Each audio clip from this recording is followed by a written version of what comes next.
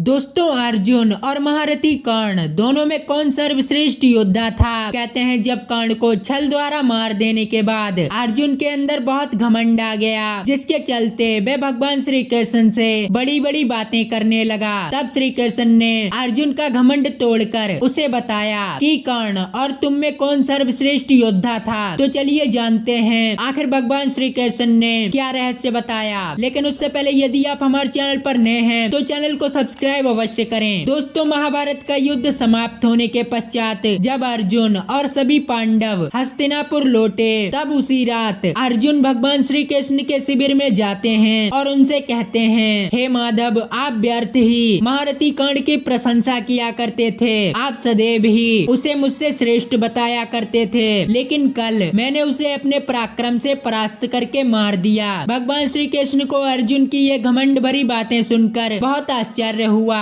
और तभी वहाँ पांडव आ जाते हैं और वे कहने लगते हैं कि बहुत घमंड था। दुर्योधन को अपनी सेना पर उसे लगता था कि नारायणी सेना और द्रोणाचार्य तथा भीष्म के होते हुए वे हम लोगों को परास्त कर देगा, लेकिन हम लोगों के सामने कौरव पक्ष बिल्कुल नहीं टिक सका। तब अर्जुन भगवान श्री कृष्ण से फिर कहते हैं, हे माधव, जब उसके बाणों से मेरा रथ 2 इंच हिलता था और मेरे बाणों से उसका रथ कई गुना पीछे चला जाता था, फिर भी आप उसकी प्रशंसा किया करते थे, ऐसा क्यों? तब भगवान श्री कृष्ण ने अर्जुन को बताया कि हे पार्थ, महारथी कर्ण के रथ पर एक साधारण मनुष्य बैठा हुआ था, परंतु तुम्हारे रथ पर मैं और साक्षात हनुमान जी विराजमान थे। यदि मैं और हनुमान ना होते तो महारथी कर्ण कब के तुम्हारे रथ और तुमको समाप्त कर चुके होते। इसके साथ भगवान श्री कृष्ण कहते हैं, कर्ण को तुमने नहीं मारा, बल्कि उसे तो मैंने मरवाया है। धर्म स्थापना के लिए मैंने ही युद्ध से पहले उसके कवच कुंडल नीति के तहत इंद्रदेव को दिला दिए। यदि वह अपने कवच के साथ युद्ध के मैदान में होता तो उस दिन उसे तीनों लोकों के देवता भी मिलकर परास्त नहीं कर पाते। और वहीं मैंने उसके विजय धनुष के शक्तिशाली दिव्यास्त्रों से तुम्हारे प्राणों की रक्षा के लिए तुम्हारे रथ पर हनुमान जी को विराजमान किया।